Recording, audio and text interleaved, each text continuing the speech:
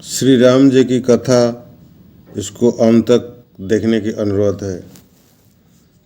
लंका के युद्ध के कुछ वर्ष बाद एक बार अगस्त मुनि अयोध्या आए। श्री राम ने उनकी अभ्यर्थना की और आसन दिया। राजसभा में श्री राम अपने भ्राता भरत, शत्रुघ्न और देवी सीता के साथ उपस्थित थे। बात करते करते लंका युद्ध का प्रसंग आया। भारत ने बताया कि उनके भ्राता श्री राम ने कैसे रावण और कुंभकर्ण जैसे प्रचंड वीरों का वध किया और लक्ष्मण ने भी इंद्रजित और अतिकाय जैसे शक्तिशाली असुरों को मारा। अगस्त्य मुनि बोले, हे भरत, रावण और कुंभकर्ण निसंदेह प्रचंड वीर थे, किंतु इन सबसे बड़ा वीर तो मेघनाद ही था। उसने अंतरिक्ष में स्थित होकर इंद्र से युद्ध किया था और उन्हें पराजित कर लंका ले आया था। तब स्वयं ब्रह्मा ने इंद्रजित से दान के रूप में इंद्र को मांगा, तब जाकर इंद्र मुक्त हुए थे। लक्ष्मण ने उसका वध किया, इसलिए वो सबसे बड़े योद्धा हुए। और ये भी सत्य है कि इस पूरे संसार में मेघनाद को लक्ष्मण से अतिरिक्त कोई और मार भी नहीं सकता था, यहाँ तक कि स्वयं श्री राम भी नहीं। भरत को बड़ा आश्चर्य हुआ, लेकिन भाई की वीरता की प्रशंसा से वह खुश थे। उन्होंने श्री राम से पूछा कि क्या ये बात सत्य है, और जब राम ने इसकी पुष्टि की तो भी भरत के मन में जिज्ञासा पैदा हुआ कि आखिर अगस्त्य मुनि ऐसा क्यों कह रहे हैं कि इंद्रजित का वध रावण से ज़्यादा मुश्किल था। उन्होंने पूछा, हे महर्षि, अगर आप और भैया ऐसे कह रहे हैं तो बात अवश्य ही सत्य होगी, और मुझे इस बात की प्रसन्नता भी है कि मेरा भाई विश्व का सर्वश्रेष्ठ योद्धा है, किंतु फिर भी मैं जानना चाहता हूँ कि आखिर ऐसे क्या रहस्य है कि मेघनाद को लक्ष्मण के अतिरिक्त कोई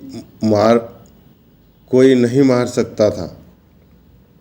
अगस्त्य मुनि ने कहा, हे भरत, मेघनाद ही विश्व का एकलौता ऐसे योद्धा था जिसके पास विश्व की समस्त दिव्यास्त्र थे।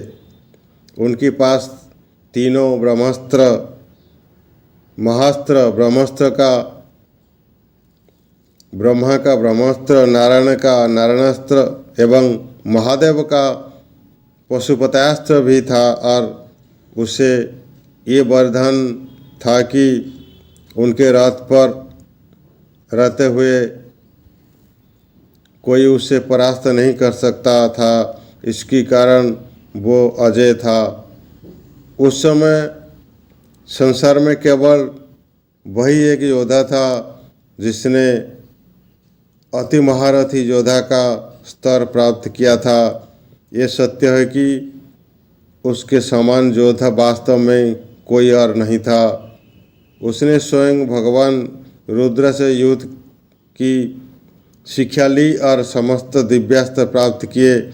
भगवान रुद्र ने स्वयं ही उसे रावण से भी महान योद्धा बताया था, और उनके शिक्षा पूर्ण होने के पश्चात कहा था कि वो एक संपूर्ण योद्धा बन चुके हैं और इस संसार में तो उसे कोई भी परास्त नहीं कर सकता।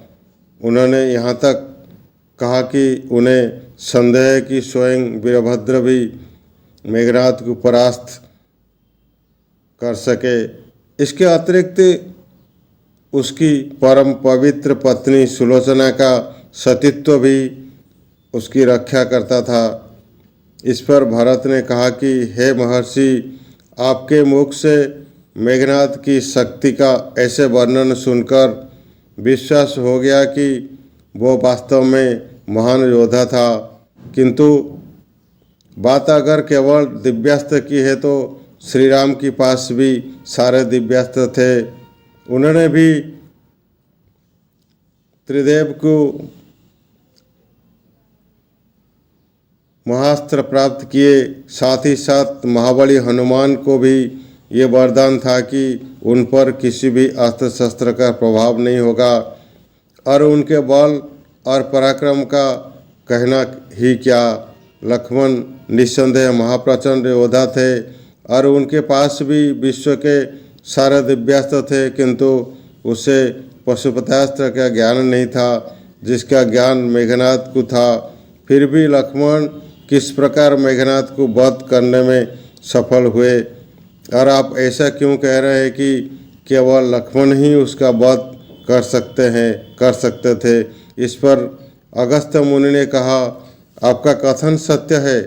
जिसने दिव्यास्त्र मेघनाद के पास थे उतने लक्ष्मण के पास नहीं थे, किंतु इंद्रजीत को ये वरदान था कि उसका वध वही कर सकता था जिसके 14 वर्ष तक ब्रह्मचर्य का पालन किया हो, 14 वर्ष तक जो सोया ना हो, 14 वर्ष तक जिसने भोजन ना किया हो, 14 वर्ष तक किसी स्त्री का मुख ना देखा हो।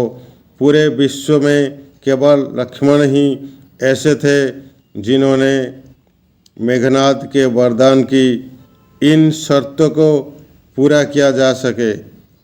इसके कारण केवल वही मेघनाद का वध कर सकते थे। तब श्री राम बोले, हे गुरुदेव, मेघनाद और लक्ष्मण दोनों के बल और पराक्रम से मैं अवगत हूँ। अगर शक्ति की बात की जाए तो निसंदेह इन दोनों की कोई तुलना नहीं थी। लक्ष्मण के ब्रह्मचारी होने की बात मैं समझ सकता, किंतु मैं वनवास काल में 14 वर्ष तक नियमित रूप से लक्ष्मण के हिस्से का फल फूल उसे देता रहा। मैं सीता के साथ एक कुटी में रहते थे और बगल की कुटी में लक्ष्मण थे। मैं सीता और लक्ष्मण अधिकतर समय साथ ही रहते थे, फिर भी उसने सीता का मुख भी ना देखा हो, भोजन ना किया हो और 14 वर्ष तक सोए ना हो। ऐसे कैसे संभव है। अगस्त्य मुनि सारी बात समझकर मुस्कुराए। वो समझ गए कि श्री राम क्या चाहते हैं।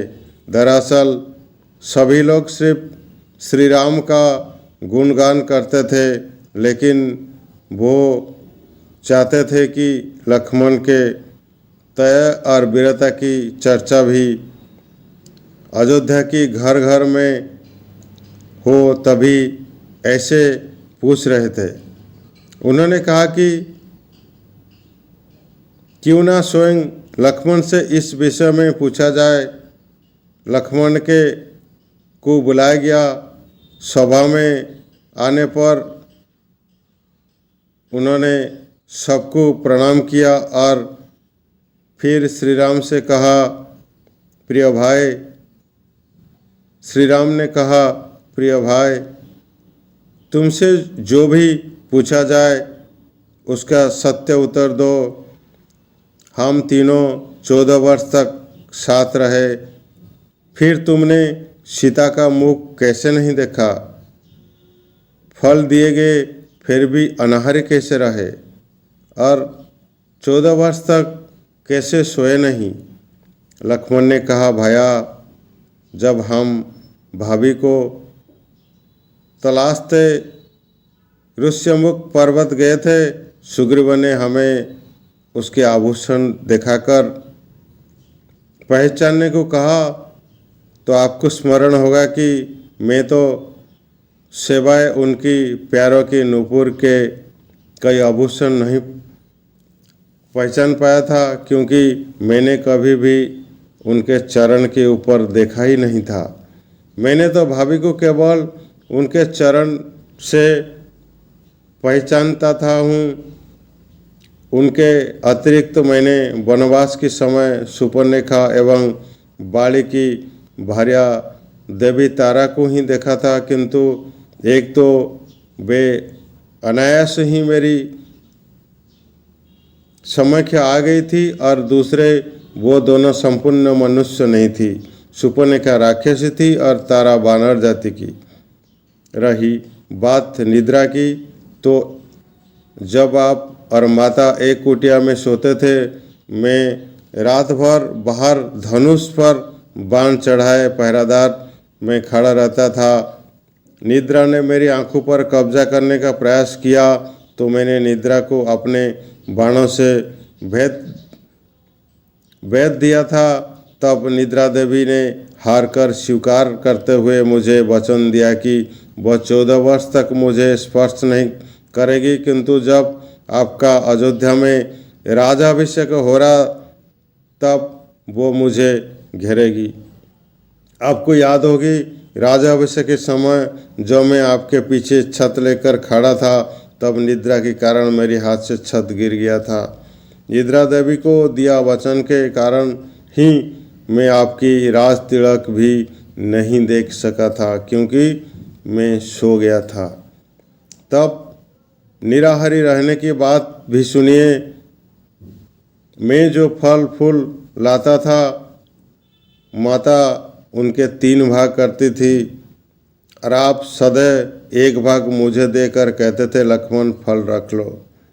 आपने कभी फल खाने को नहीं कहा, फिर बिना आपके आज्ञा के मैं उसे खाता कैसे? मैंने उन्हें संभाल कर रख दिया। सभी फल उसी कुटिया में अभी भी रखे होंगे। गुरु विश्वामित्र से मैंने एक अतिरिक्त विद्या का ज्ञान लिया था, बिना हार किए जीते की विद्या। उसके प्रयोग से मैं 14 साल तक अपने मुख के नियंत्रण कर सका, भूख को नियंत्रण कर सका। श्री राम ने आश्चर्य में पड़ते हुए कहा, तो क्या सारे वनवास फल के फल वही हैं? तब लक्ष्मण ने कहा, नहीं भैया, उससे 7 दिन के फल कम होगा। तब श्री राम ने कहा, उसका अर्थ है कि तुमने 7 दिन तो आहार लिया था। इस पर लक्ष्मण ने कहा, भैया 7 दिन के फल कम इस कारण है क्योंकि उस 7 दिनों में फल आए ही नहीं। जिस दिन हमें पिताश्री की स्वर्गवास होने की सूचना मिली, हम निराहार रहे। जिस दिन रावण ने माता का हरण किया, उस दिन फल लाने कौन जाता? जिस दिन समुद्र की साधना कर आप निराहारी रहे, उससे राह मांग रहे थे। जिस दिन हम इंद्रजीत के नागपाश में बंधकर दिन भर अचेत रहे, जिस दिन इंद्रजीत ने मायावी सीता का शीशा काटा था और सिर काटा था और हम शोक में रहे, जिस दिन रावण ने मुझे शक्ति मारी और मैं पूरा दिन मरणापन्न रहा, जिस दिन आपने रावण वध किया, उस दिन हमें भोजन की सुख कहाँ थी? लक्ष्मण के जीवन का ऐसे त्याग और सच्चरित्र देखकर वहाँ उपस्थित सभी लोग साधु साधु कह उठे। भारत ने भरे कंठ से कहा, तुम धन्य हो लक्ष्मण, वास्तव में ऐसा कठिन तप केवल तुम ही कर सकते थे और केवल तुम ही इंद्रजीत का वध करने के योग्य थे। कदाचित इसके कारण मुझे या शत्रुघ्न को भाई के साथ बन जाने का सौभाग्य प्राप्त नहीं हुआ, क्योंकि ऐसा स्वयं केवल तुम्हारे लिए ही संभव है। श्री राम ने गदगद होकर लक्ष्मण के अपने गले से लगा लिया और कहा, प्रिय लक्ष्मण, वास्तव में तुम जैसा भाई मिलना कठिन ही नहीं बल्कि असंभव है। तुम्हारा ये आत्मनियंत्रण किसी तपस्या से कम नहीं। तुम्हारी इस तपस्या के कारण हम रावण को पराजित करने से सफल हो पाए। वास्तव में तुम ही इस विश्व के सर्वश्रेष्ठ योद्धा हो। जब तक ये विश्व रहेगा तुम्हारी सच्चरित्रता सबका मार्गदर्शन करती रहेगी। दर्शक बंधु, ये थी रावण, भरत, शत्रुघ्न, लक्ष्मण और श्री राम की कुछ कथा कहानी। अच्छा लगा तो मेरे साथ जुड़े रहने के लिए, ऐसे ऐसे कहानी सुनने के लिए मेरे चैनल को सब्सक्राइब कीजिए और प्यार से बोलिए जय श्री राम।